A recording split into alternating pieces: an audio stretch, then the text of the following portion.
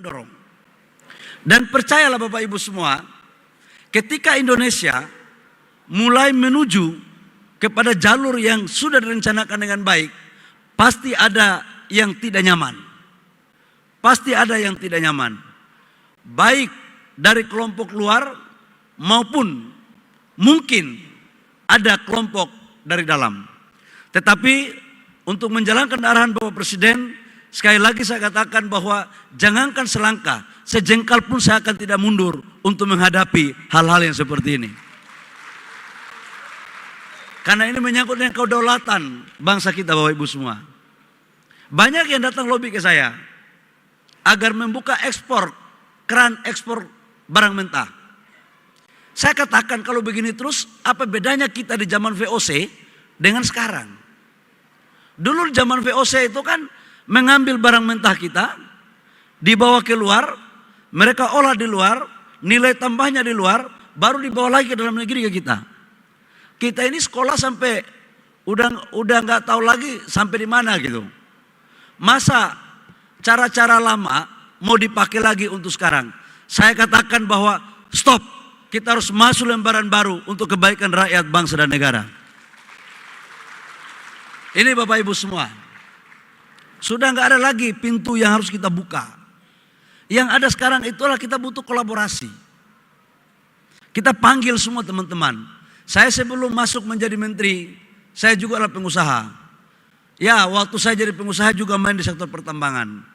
Saya tahulah kelakuan teman-teman di saat saya masih jadi pengusaha. Tidak ada pengusaha hebat di dunia republik ini, terkecuali pengusaha yang pertama mampu mensiasati aturan, yang kedua mampu menaklukkan pejabat. Dan itu cara-cara kita dulu. Tapi saya mohon, cara-cara lama kita harus tinggalkan untuk kebaikan rakyat, bangsa, dan negara.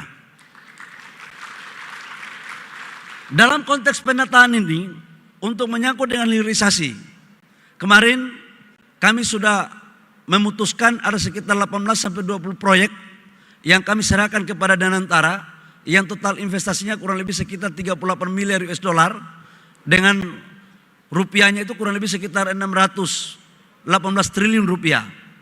Itu sudah kita kasih, dan ini mampu menciptakan lapangan pekerjaan yang cukup besar, hampir 300.000, dan itu di sektor langsung. Di sektor tidak langsungnya, dalam teori ekonomi dari Prof. Erani, sekjen saya sekarang, itu sudah mengatakan 3 kali sampai 4 kali lipat, berarti ada 1 juta lebih. Dan ini adalah cara kehadiran negara untuk mendorong program agar bisa melakukan pemerataan pertumbuhan ekonomi di wilayah-wilayah. Ekonomi kita nggak boleh tumbuh di Jakarta, harus di daerah. Caranya apa? Hilirisasi. Kalau tanpa ini Bapak Ibu semua, saya pikir kita akan susah untuk mencapai percepatan pembangunan. Khusus untuk persoalan izin-izin, saya mau sampaikan di Undang-Undang Minerba yang baru, Bapak Ibu semua, kita pingin tambang ini dikelola dengan berkelanjutan. Lingkungan kita harus jaga.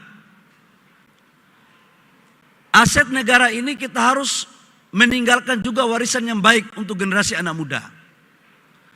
Kemarin ada terjadi perdebatan panjang di publik menyangkut dengan 190 IUP yang ditangguhkan oleh Dirjen Minerba. Saya ingin menyampaikan dan saya ingin memakai forum ini kepada gubernur, wali kota, dan semua teman-teman pengusaha. Itu sebenarnya adalah bagian daripada syarat yang disampaikan oleh Dirjen Minerba, agar seluruh teman-teman yang mempunyai IUP yang mengajukan RKAB, tolong kasih dana jaminan reklamasi. Jaminan reklamasi. Sebab kalau tidak dipakai jaminan reklamasi, syukur alhamdulillah kalau teman-teman pengusaha semua punya hati yang tulus. Itu alhamdulillah syukur. Tapi faktanya ada sebagian, saya yakin di ruangan ini tidak ada orang-orang itu, saya yakin di ruangan ini orang-orang baik semua, ya. Ada sebagian yang habis tambang tidak melakukan reklamasi. Terus siapa yang akan melakukan reklamasi ini? Saya mohon maaf Pak Ketua Umum Kadin yang saya hormati. Ini penting ini.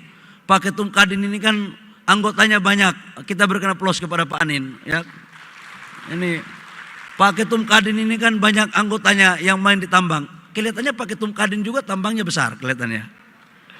Tapi ini sangat taat tertib aturan gitu. Jadi banyak yang tidak melakukan reklamasi. Kalau tidak ada jaminan reklamasi, terus habis nambang, pasca tambang tidak reklamasi, siapa yang mau tanggung jawab ini? Itulah sebenarnya. Jadi begitu teman-teman membayar jaminan reklamasi selesai, maka udah jalankan aja, tidak ada soal. Jadi ini penting. Ada saya baca di sosmed, katanya ini menyusahkan orang.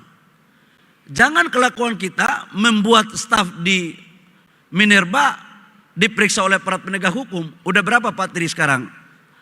Anak buahmu kamu yang sudah masuk pesantren. Sudah tujuh